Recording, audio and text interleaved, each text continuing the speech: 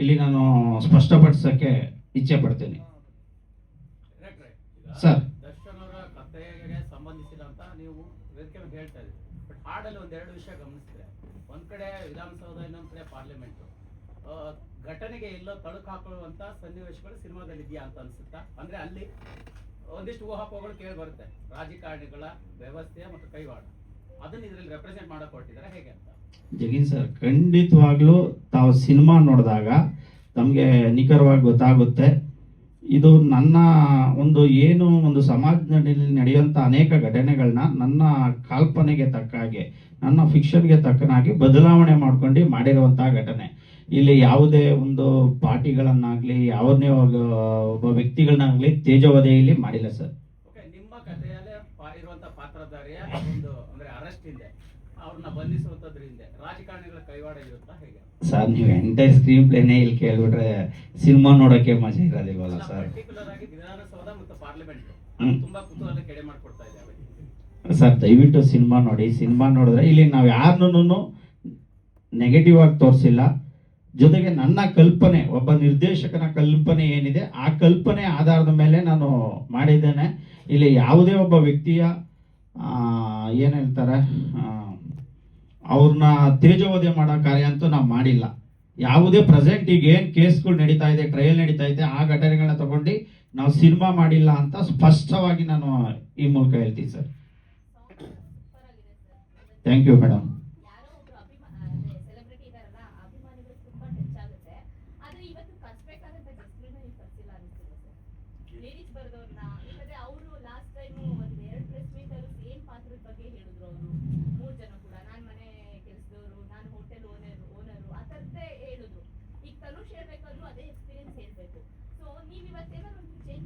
ಏನಾಗುತ್ತೆ ಅಂದರೆ ಮೇಡಮ್, ಈಗ ಮೋನಿಕಾ ಅಂತ ಅಭಿನಯಿಸಿದ್ರು, ಅವರು ಹೀರೋಯಿನ್ನು, ಅವರು ವಂದಿತಾ ಅಂತ ಈಗ ಅವರು ದೊಡ್ಡ ಸಿನಿಮಾದಲ್ಲಿ ಮಾಡ್ತಾ ಇದ್ದಾರೆ.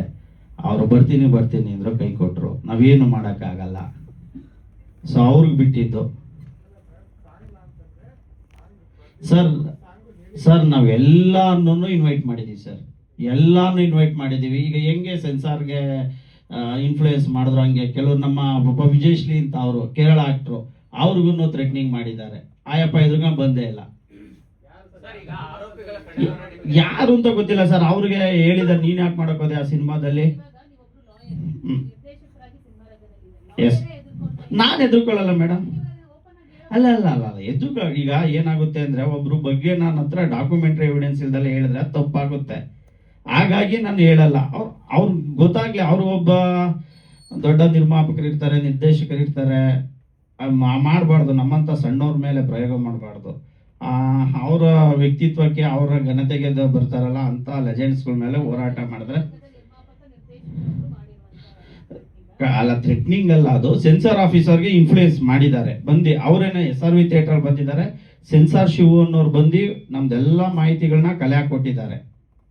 ಸೊ ಕಲೆ ಹಾಕಿ ಕೊಟ್ಟು ಎಲ್ಲ ಮಾಡಿ ಎಷ್ಟು ನಮಗೆ ಕಿರುಕುಳ ಕೊಟ್ಟರು ಅಂದ್ರೆ, ಸೆನ್ಸಾರ್ ಆಗೋದಕ್ಕೆ ಒಬ್ಬ ಲಾಯರ್ ಆದವನಿಗೆನೇ ಅವರು ಡಿಸ್ಟರ್ಬ್ ಮಾಡಿದ್ರು. ನಮ್ಗೆ ಗೊತ್ತಿತ್ತು ಕಾನೂನು ಏನಿದೆ, ಸಿನಿಮಾ ನೋಡಾದ್ಮೇಲೆ ಕೊಡ್ಲೇಬೇಕು. ಅವರು ಸಿನಿಮಾ ನೋಡ್ತಾರೆ, ಬಾರಿಗೆ ಇಶ್ಯೂ ಮಾಡಿರ್ತಾರೆ, ಕಟಿಂಗ್ಸು ನಾವು ಅಪ್ಲೋಡ್ ಮಾಡಿರ್ತೀವಿ, ಅವಾಗ ಲೀಗಲ್ ನೋಟಿಸ್ ಕೊಡ್ತಾರೆ. ಲೀಗಲ್ ನೋಟಿಸ್ ಕೊಟ್ಟು ತಪ್ಪು ಅಂತ ನಾನು ಹೇಳಲ್ಲ. ಅವ್ರ ಡ್ಯೂಟಿ ಅವ್ರು ಮಾಡಿದ್ದಾರೆ, ಅವ್ರಿಗೆ ಏನು ಡ್ಯೂಟಿ ಇದೆ ಅದು ಮಾಡ್ಕೊಂಡಿದ್ದಾರೆ, ಅವ್ರ ರೈಟ್ಸ್ ಅವ್ರು ಕೇಳ್ಕೊಂಡಿದ್ದಾರೆ.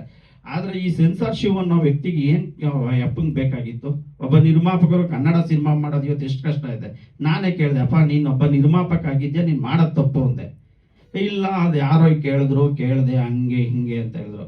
ಇವೆಲ್ಲ ಒಳ್ಳೇದಾಗಲ್ಲ. ನೀನು ಒಬ್ಬ ಕನ್ನಡ ನಿರ್ಮಾಪಕರಿಗೆ ತೊಂದರೆ ಕೊಡಬೇಡ. ನಿನ್ಗೆ ಅಷ್ಟಿತ್ತು ಅಂದರೆ ಫೋನ್ ಮಾಡಿ ಕೇಳು. ನೀನು ಗೂಢಾಚಾರಿ ಕೆಲಸ, ಕೆಲಸ ಮಾಡೋಕೆ ಹೋಗ್ಬೇಡ, ಸ್ಪೈ ಕೆಲಸ ಅಂತ ಹೇಳಿದೆ. ಮಾತಾಡಿರೋ ವಾಯ್ಸ್ ರೆಕಾರ್ಡು ನನ್ನ ಹತ್ರ ಇದೆ. ಅಲ್ಲಲ್ಲ, ಅವ್ರ ಹೆಸರು ಹೇಳಿಲ್ಲ. ಅವ್ರು ಯಾರೋ ದುಷ್ಯಂತ್ ಅನ್ನೋರು ಯಾವುದೋ ಒಂದು ಹೆಸರು ಹೇಳಿದ್ರು. ಅವರು ಮಾಡಿದ್ರು, ಕೇಳಿದ್ರು ನಮ್ಗೆ ಈಗ ಮಾಡಿದ್ರು ಅಂತ. ಅಲ್ಲೋಗಿ ಸೆನ್ಸಾರ್ ಆಫೀಸಲ್ಲೂ ಅವರು ರೆಕಮೆಂಡ್ ಮಾಡಿದಾಗ ಕೇಳಿಲ್ಲ, ಆಫೀಸರ್ ಗೆಟ್ ಔಟ್ ಅಂತ ಹೇಳಿದ್ದಾರೆ.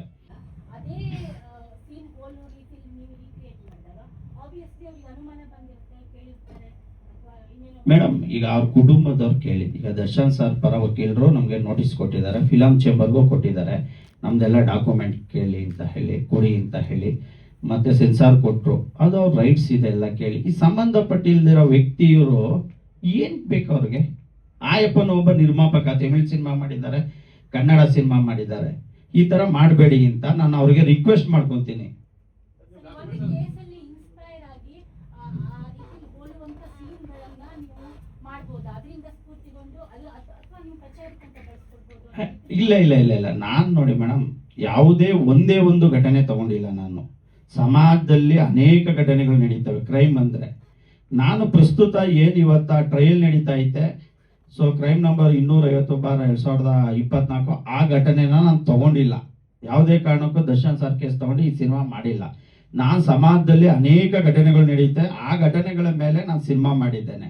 ಒಂದು ವೇಳೆ ನಾನು ಟ್ರಯಲ್ ನಡೆಯೋ ಕೇಸ್ ಸಿನಿಮಾ ತಗೊಂಡು ಮಾಡ್ತು ಅಂದ್ರೆ ನನಗೆ ಸಬ್ಜುಡಿಸ್ ಆಗುತ್ತೆ, ಪ್ರಿಜುಡಿಸ್ ಆಗುತ್ತೆ, ಕಂಟೆಂಪ್ಟ್ ಆಫ್ ಕೋರ್ಟ್ ಆಗುತ್ತೆ. ನಾನು ಒಬ್ಬ ವಕೀಲನಾಗಿ ನನಗೆ ಅಲ್ಪ ಸ್ವಲ್ಪ ಜ್ಞಾನ ಇದೆ. ಇಲ್ಲ, ನಾನು ಹೇಳಿದ್ madam. Yes madam, yes madam. High profile ಕೇಸ್ನಲ್ಲಿ ನಾನು ವರದಿ ಮಾಡಿರ್ತೀನಿ. ಹಾಗಾಗಿ ಅದನ್ನ ನೋಡಿದಾಗ ನನಗೆ ಹೋಲೋ ರೀತಿಯಲ್ಲಿ ಪ್ರಶ್ನೆ ಬಂದಾಗ ಕೇಳೋದು ಸಹಜ. ಅದಕ್ಕೆ ಕ್ಲಾರಿಫಿಕೇಶನ್ ಏನು ಅನ್ನೋದು ಇಲ್ಲ ಮೇಡಮ್, ಸಿಂಪಲ್. ಅಲ್ಲ ಸೀನ್ಗಳನ್ನ ಹೋಲೋ ರೀತಿಯಲ್ಲಿ ಸಿನಿಮಾ ನಾನು ಸರ್ ನಾನು ಸಿನಿಮಾ ಇವ್ರ ಕಡೆಯವರಲ್ಲ ಸರ್, ದರ್ಶನ್ ಇಲ್ಲ. ಕಡೆಯವರಲ್ಲ, ನಾನು ಕೇಳಲ್ಲ. ಅಥವಾ ಇನ್ನ ನಿಮ್ ಕಡೆಯವರಲ್ಲ, ನನ್ನ ವರದಿ ನನ್ನ ಹೋಲೋ ರೀತಿಯಲ್ಲಿ ಕೇಳಿದಾಗ ನನ್ನ ಪ್ರಶ್ನೆ ಬಂದಿರುತ್ತೆ ಸರ್. ಮೇಡಮ್, ಒಬ್ಬ ನಿರ್ದೇಶಕನ ಕಲ್ಪನೆ ಅಂದ್ರೆ, ಒಂದು ಕ್ರೈಮ್ ನಡೆದಾಗ ಒಬ್ಬ ಪೊಲೀಸ್ ಇರ್ತಾರೆ, ಅರೆಸ್ಟ್ ಮಾಡ್ತಾರೆ. ಸ್ಟೇಟ್ ಅಲ್ಲಾದ್ರೆ ಮಾಮೂಲಿ ಲಾ ಅಂಡ್ ಆರ್ಡರ್ ಇರುತ್ತೆ, ಸೆಂಟ್ರಲ್ ಆದ್ರೆ CBI. ಅದು ಯಾರ್ಯಾರಿಗೆ ರೆಫರ್ ಮಾಡ್ತಾರೆ, ಕೆಲವು ಸಲ ಯೂನಿಫಾರ್ಮ್ ಹಾಕೊಂಡು ಮಾಡ್ತಾರೆ, ಆಗ್ತಲೇ ಮಾಡ್ತಾರೆ. ಒಂದು ಕ್ರೈಮ್ ಅಂದಾಗ ನಡೆದಾಗ ಅರೆಸ್ಟ್ ಅವೆಲ್ಲ ನಡೆಯುತ್ತೆ. ಸೆಲೆಬ್ರಿಟಿಗಾದ್ರೂ ಅಷ್ಟೇ, ಕಾಮನ್ ಮ್ಯಾನ್ಗಾದ್ರೂ ಅಷ್ಟೇ. ಸೆಲೆಬ್ರಿಟಿಗಾದ್ರೆ ಒಂದು ಸ್ವಲ್ಪ ಜಾಸ್ತಿ ಜನ ಫೋರ್ಸ್ ಆಗುತ್ತಾರೆ, ಸಣ್ಣ ಪುಟ್ಟವ್ರಿಗಾದ್ರೆ ಕಾಮನ್ ಆಗಿ ಹೋಗ್ತಾರೆ. ಆ ಥರ ಕ್ರೈಮಲ್ಲಿ ಅರೆಸ್ಟ್ ಪ್ರೊಸೀಜರ್ ಬಂದರೆ ನನ್ನ ಪ್ರಕಾರವಾಗಿ ಸೊ ಅರೆಸ್ಟ್ ಪ್ರೊಸೀಡಿಂಗ್ಸ್ ಒಂದೇ ಅನ್ಕೊಂಡಿದ್ದೀವಿ ಮೇಡಮ್. ಸರ್, ಇವಾಗ ಎಸ್ ಮೇಡಮ್, ಪ್ರಶ್ನೆ ಕೇಳ್ತಾ ಇರೋದು. Yes madam. ಸಿನಿಮಾ ನೋಡಿ ಅಲ್ಲ, ಸೀನಲ್ಲೇ ನೋಡಿದಾಗ ವ್ಯಕ್ತಿಗಳು ಅಂದ್ರೆ ಕ್ಯಾರೆಕ್ಟರ್ ಹೆಸರಾಗಿರ್ಬೋದು, ಕೆಲವೊಂದು ಸೀನ್ಗಳು ಈ ದರ್ಶನ್ ಅವರ ಇನ್ಸಿಡೆಂಟ್ಗೆ ನಡೆದಂತಹ ಸೀನ್ಗೆ ಹೋಲಿಕೆ ಆಗಿರೋದ್ರಿಂದ ಇಷ್ಟೆಲ್ಲ ಪ್ರಶ್ನೆ ಎದ್ದೇಳ್ತಾ ಇರೋದು. ಇಲ್ಲಾಂದ್ರೆ ಯಾರು ನಿಮ್ಮನ್ನು ಕ್ವಶನ್ ಮಾಡ್ತಾ ಇರ್ಲಿಲ್ಲ. ಇಲ್ಲ ಮೇಡಮ್, ನೀವು ಕ್ವಶನ್ ಮಾಡೋದು ತಪ್ಪು ಅಂತ ನಾನು ಹೇಳ್ತಿಲ್ಲ. ನೀವು ಮಾಡಿದ್ರೆ ನಮ್ಗೆ ಒಳ್ಳೇದು. ನಾವು ಏನಾರ ತಪ್ಪಿದ್ರೆ ತಿದ್ಕೊಳ್ಳೋದಕ್ಕೆ. ನಾನು ಒಂದು ಕ್ರೈಮ್ ಕಥೆನ ಏನು ನನ್ನ ಕಲ್ಪನೆ ಆಧಾರದ ಮೇಲೆ ಸೊ ಯಾವ ರೀತಿ ಆಯಾಮಗಳಲ್ಲಿ ಚಿತ್ರೀಕರಿಸಬೇಕೋ ಆ ರೀತಿ ಚಿತ್ರೀಕರಿಸಿದ್ದೇನೆ. ಇದು ಯಾವುದೇ ಈ ಪ್ರೆಸೆಂಟ್ ನಮ್ಮ ಕರ್ನಾಟಕದಲ್ಲಿ ನಡೆಯುವಂಥ ಸೆಲೆಬ್ರಿಟಿ ಅವರ ಕ್ರೈಮ್ಗೆ ಸಂಬಂಧಿತ ಪಟ್ಟಿದ್ದಲ್ಲ. ಈಗ ಕೈ ಹಿಡಿಯುವ ಏನದು ಒಂದು ಲೈಸ್ ನಾನು ಬಿ ಫ್ರಾಂಕ್ ಟ್ರಯಲ್ ನಡೆಯೋ ಅಂತ ಅಲ್ಲಲ್ಲ, ಖಂಡಿತವಾಗ್ಲೂ ನಾನು ದರ್ಶನ್ ಸರ್ ಇನ್ಸಿಡೆಂಟ್ ಇಟ್ಕೊಂಡು ಸಿನಿಮಾ ಮಾಡಿಲ್ಲ ಸರ್. ನಾನು ಬೇರೆ ಘಟನೆಗಳನ್ನ ಇಂದ ಪ್ರೇರೇಪಿತನಾಗಿ ಮಾಡಿದ್ದೇನೆ ಸರ್, ಅಷ್ಟೇ. ನಂದೇನೆ ಸರ್. ಹ್ಮ್